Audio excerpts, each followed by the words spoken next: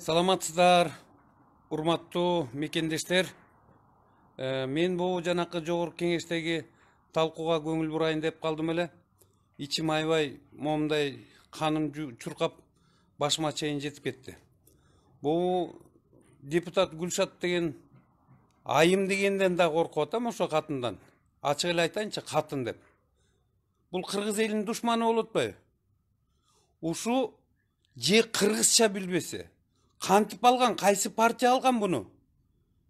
Бир ойлонбойсуңар ботом, кайсы келесе ошондой катынды ошол жака апарып таштап койгон. Кыргызга душман коюп атса ошончо башкалар бар көтөрүп колун. Ошол жанакы проектти алып атат да. Сөздүн эркини болот да ботом. Өзүнүн ой пикирин айтат элдер. Момундай кылыш керек, тигиндей кылыш керек. Эчтеке сүйлөбөйт, өзүнчө эле кыйын. Акчасы толтура экен, ошол жака барып отурду. Кыргыз элине залакас тийди. Эгер кыргызча билбесе, кыргыздын тарыхын билбесе, санжырасын, салтын, наркын, насилин, үрп адатын билбеген катындарды эмне кыласыңар ошол жака апарып? Бул жүрөк ооруп атат момундай катындарды көргөн сайын. Же кыргызча сүйлөбөй, эки сөздү кошпогондорду эмне үчүн алды? Кайсы партия алды ошону? Уялбай, тыйынына асылып, ошонун тыйынын алды дагы анан парт билет берип койду тияка. Ме кой, отур аны сүйлөй бер деп коюп. Кичине уялсаңар боло. Кыргыздын өзүнүн ички жан дүйнөсүнө демократия бар. Туураны туура дейт, чындыкты чын дейт. Акты караны билген кишилер да. Ушундай маңкурт катынды ошол жака апарып коюп туруп, бүт кыргыз элинин ызы чуу кылып атат. Бизде деген бар да деген, свобода слова деген бар да. Ошол аял менен жолуп айтыш керек экен, кыргызча жооп берчи. Билбесең эмне кылып жүрөсүң Кыргызстанда? Эмне кылып жүрөсүң Кыргызчаны? Ошо Гүлшат деген аял мага чыксынчы ботом.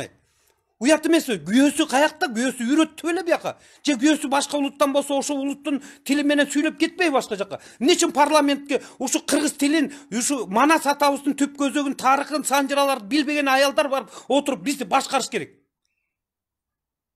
Түпкүлү кыргызды мамлекетти түптөйбүз деп атабыз. Кыргыз эли деп жүрөбүз. Момундай маңкурттарды алып келип алып туруп, бүт барын бузду да.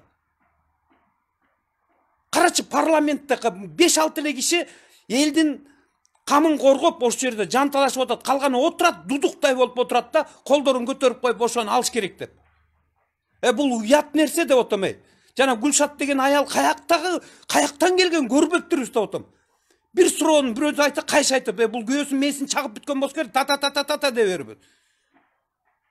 Кетсин, ошондой мокочолордон арылалык деп отом. Кыргызстан тазалансын.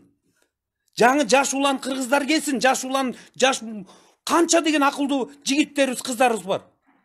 Ошолор турсун, кыргыздын, биздин элибиздин камын көргөн гана, таза, эр жүрөктүү, тайманбастан кыргызды даңазалап, кыргыз улутум, Манас атабыздын урпактарыбыз деп, ошолорду даңазалабайбы? Каяктагы мокочолордун баары үйүлүп алган дагы ошол жерде жүрөт дагы эле, кыргызга залака тийгизип. Кыргыз элим айткылачы ошону, кетсин, көчүп кетсин, каяка көчсө ошол жака көчсүн. Мен бул аялды сөккөн жокмун, бирок чын ички дүйнөмдөгү өзүмдүн пикиримди айтып атам. Келип тиякта турат, орусчадан башка эчтекени билбейт экен.